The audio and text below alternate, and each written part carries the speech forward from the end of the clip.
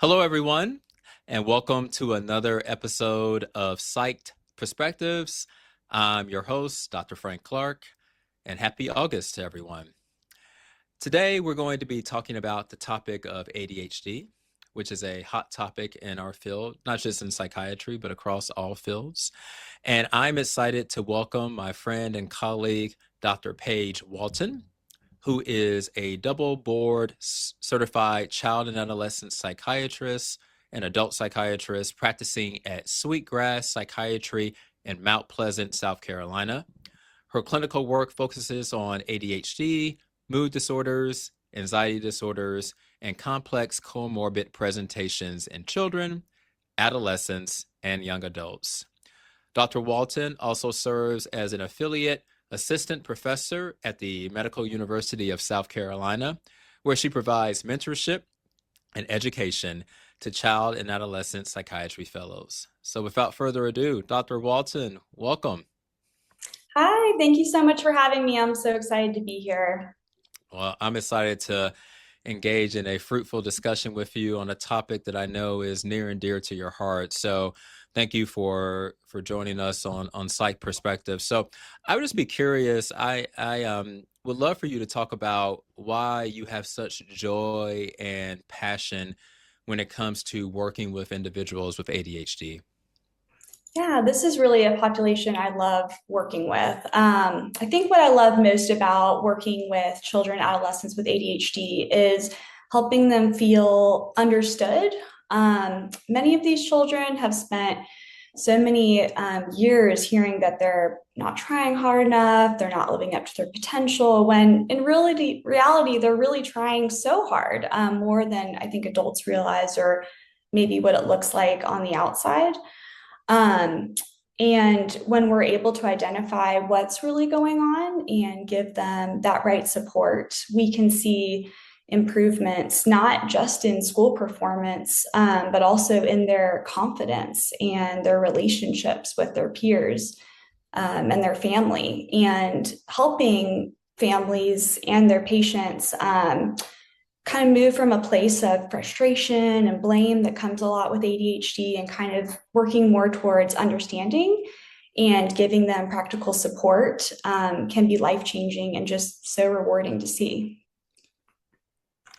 I agree with you, and I'm glad you mentioned that these future leaders are trying the best that they can, and it can be very difficult when your mind is you're daydreaming, you're dissociating, you're just trying to sit still. There's a lot of things at play, and a lot of times I think individuals with ADHD are misunderstood, and there's a lot of discrimination that comes with that, and biases. And so I'm glad that you are working with this population.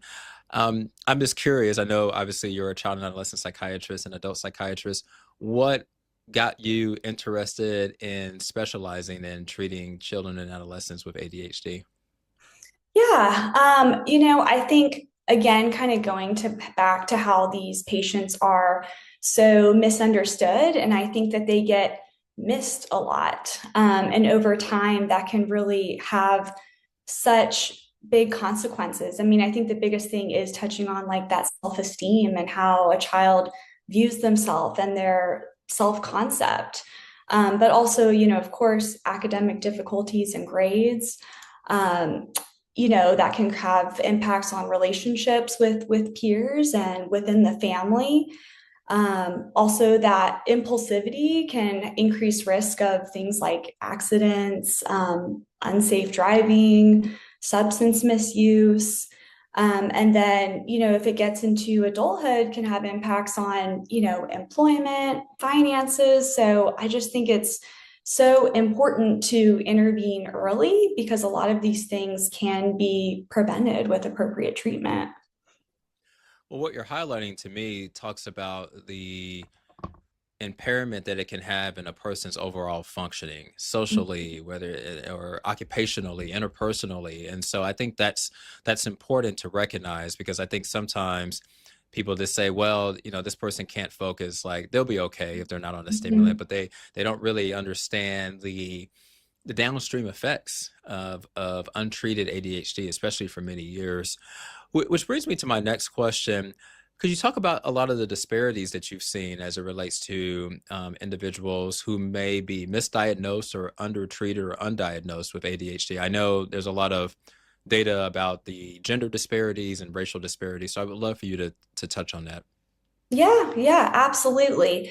I mean, I think when people think about ADHD, they think about the young little boy running around, creating all this disruption, right? And they are the most likely to get picked up on because they're kind of creating all this distraction and inconvenience in the classroom, right? So they're the first to get picked out, but there are certainly a lot of groups that do get missed. And so, like you mentioned, girls is certainly one group that can get delayed in diagnosis. They tend to be quieter, they're more on the inattentive side. So they're daydreaming, they might struggle with being disorganized, paying attention. But they're kind of struggling quietly. And over time, they end up kind of internalizing that. And then that might become, well, now they're working really hard to compensate. So nobody knows, right? So then they're working really hard. I hear so many parents say, well, she has all A's. But then I ask, well, is she sleeping? Like, well, no, she stays up until midnight to do her homework.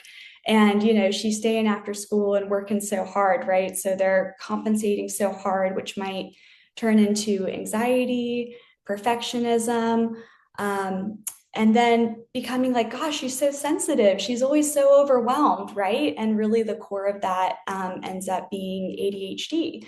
So it can be really missed in girls because they're working so hard to compensate for it. Um, and then I know another group that you mentioned are certain racial and ethnic minority groups. They are also more likely to have diagnosis or delay in diagnosis or treatment, even if they're exhibiting the same symptoms as their peers. And I think that there's a lot of possible reasons for that. There could be, limited access to care. There might be, cultural differences in how people are maybe think about mental health or worried about medication, understandably. But you're right, there certainly is a role of bias there as well, where one child, might have a certain type of behavior and it's like, oh, they're just defiant, they're, you know, just have bad behavior, or another child might be like, oh, is that ADHD? So I think it's just so important that all children, we're not just looking at the behavior, but we're kind of looking at what is driving that. And every child gets a good quality evaluation where all possibilities are looked at, including ADHD, but everything else that could be going on.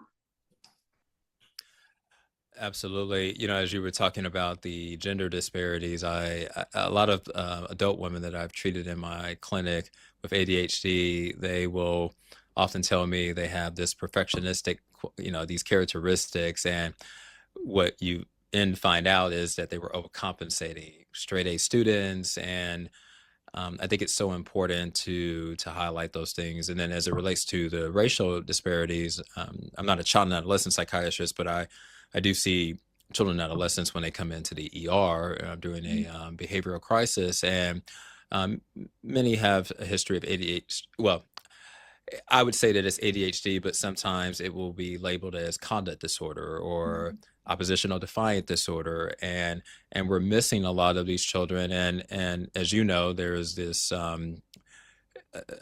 the difference in diagnosis is in terms of treatment. I mean, how we treat ADHD is not how we treat conduct disorder or oppositional defiant disorder. And I always think about the downstream effects of the school to prison pipeline and other things that can happen. Some of these kids are getting suspended when actually they actually need to go to the counselor and have some screening done to figure out what is the root of the problem so that we can better address it.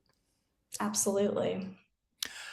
Along those lines, I am curious. Not, I'm not really trying to throw a curveball here, but since we're talking about ADHD and concentration, I know there are some people that feel like they have ADHD, but some of their inattentiveness could also be related to screen time. And so I know in the child and adolescent population, especially as you being a child and adolescent psychiatrist, and even with our pediatric colleagues, have really been advocating for limiting screen time. And so I was curious if you could just speak a little bit about how too much screen time can impact the developing brain.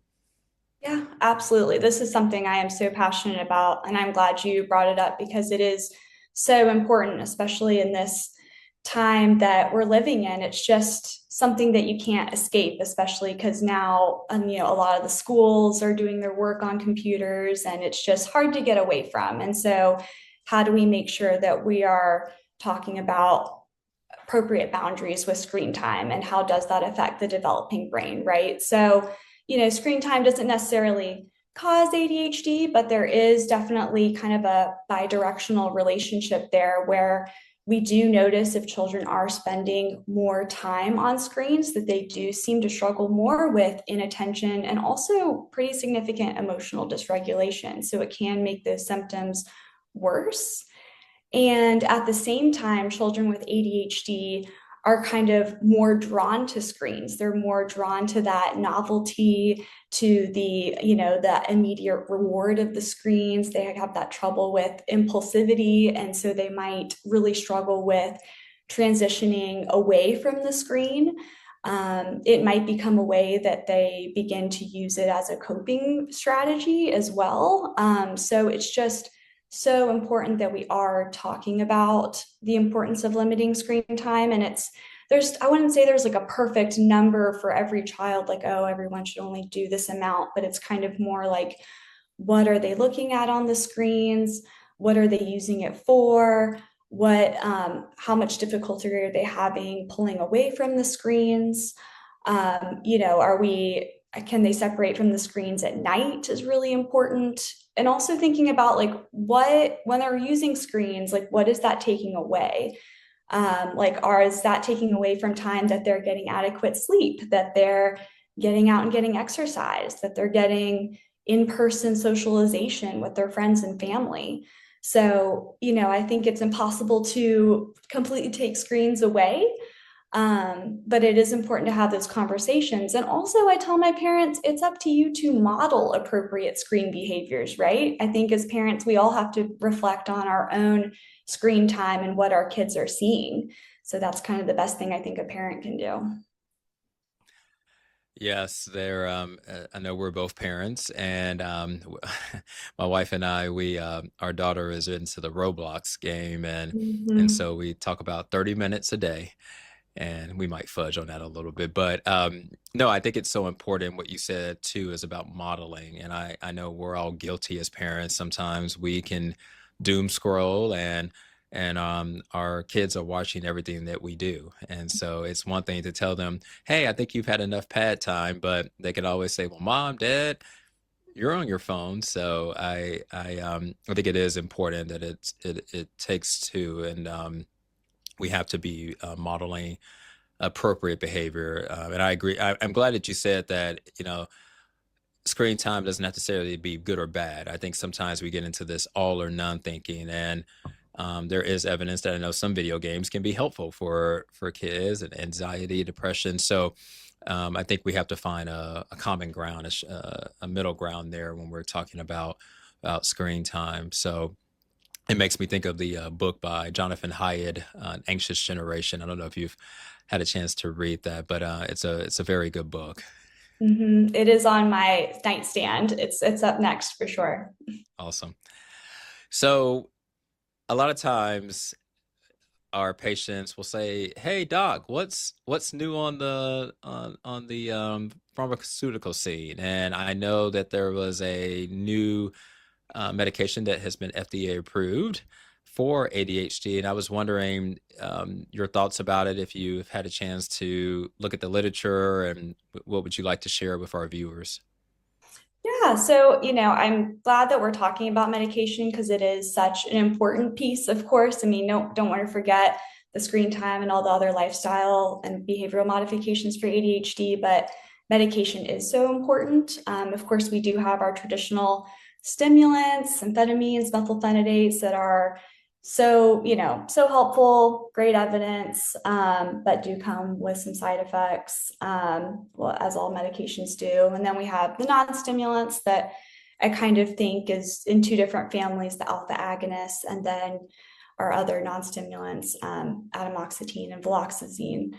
But now we do have the new medication, centanafadine, are marketed as Simtriyo, which is exciting. Has this novel mechanism where it's a triple reuptake inhibitor, primarily norepinephrine, but significant activity at dopamine and serotonin as well. I think that it's exciting to have more options, because there's no one medication that works for everybody. So I think it's good to have something that has a novel mechanism, and it'll be really interesting to see how it works in the real world and how patients respond to it. So it's exciting. Exciting indeed. It's always nice to have a novel mechanism. So, Mhm. but I wanted to, I didn't want to leave this conversation because you also mentioned the non-pharmacological interventions that are important. So, as you know, and we both are all about lifestyle medicine and that holistic approach. So, what would be three take-home points that you would like to give our listeners or viewers as it relates to lifestyle changes that can be implemented in a timely fashion? Because we know medications can sometimes take a little bit to work. I mean, obviously, stimulants are going to work pretty fast, but the non-stimulants can take a little time to work. So, what would you recommend for parents who are the primary caregivers for their children with ADHD? Yeah, absolutely. Gosh, and I feel like there's even more than three. There's so many things to work on, and sometimes I get so excited and I name all the things, and I think maybe picking one or two things to focus on at a time is really helpful. I feel like the number one thing that's a lifestyle modification that people should prioritize is sleep. Sleep is so incredibly important, and our children and adolescents are not getting enough of it. And we know that people with ADHD struggle with sleep, so it's not surprising. But I think prioritizing that is so important, having good sleep hygiene and a regular routine around sleep, going to sleep at the same time, waking up at the same time, which is a big struggle, especially in the summer. But I think getting good sleep is so important, because if we're not getting good sleep, that's really hard for the brain to concentrate, and to work well. So sleep is a really big one. We also know the ADHD brain really thrives with exercise and getting physical activity. So I think that is so important. Getting good, healthy nutrition, right? I know that a lot of my children with ADHD are really picky eaters. And so it might, of course, we would love good quality food, healthy, vegetables, fruits, whole grains, all those things. But a lot of these kids just aren't getting enough nutrition or calories in general. So making sure that we're, getting proper nutrition is really important. And then I think if I could add on a fourth, I would just say, as much as predictability and regular routines is really helpful, not only for the child, but I think also for the parents. As I'm working with a lot of these children with ADHD, over time, the parents are like, this sounds really familiar. I thought everyone kind of deals with this. But, over time, a child's diagnosis can sort of become the lens that a parent starts to understand their own lifelong struggles with ADHD. And so I have to be, I'm really compassionate towards these parents and realize, like, I'm kind of putting this pressure on them to kind of execute all of the structure and consistency when they might be personally struggling with these things, right? So, using strategies such as, alarms, visual calendars, checklists, automating things as much as possible and not relying on memory, can be really helpful, not only for the child, but also for the parents. So they're not carrying that mental load. You've said a lot, and I think it is so important. Sleep is Even as adults, right? We need good sleep, and I find that a lot of my adult patients with ADHD are quite nocturnal, and Mhm. they have that delayed sleep. So I'm glad that you mentioned sleep. Our bodies have to recover.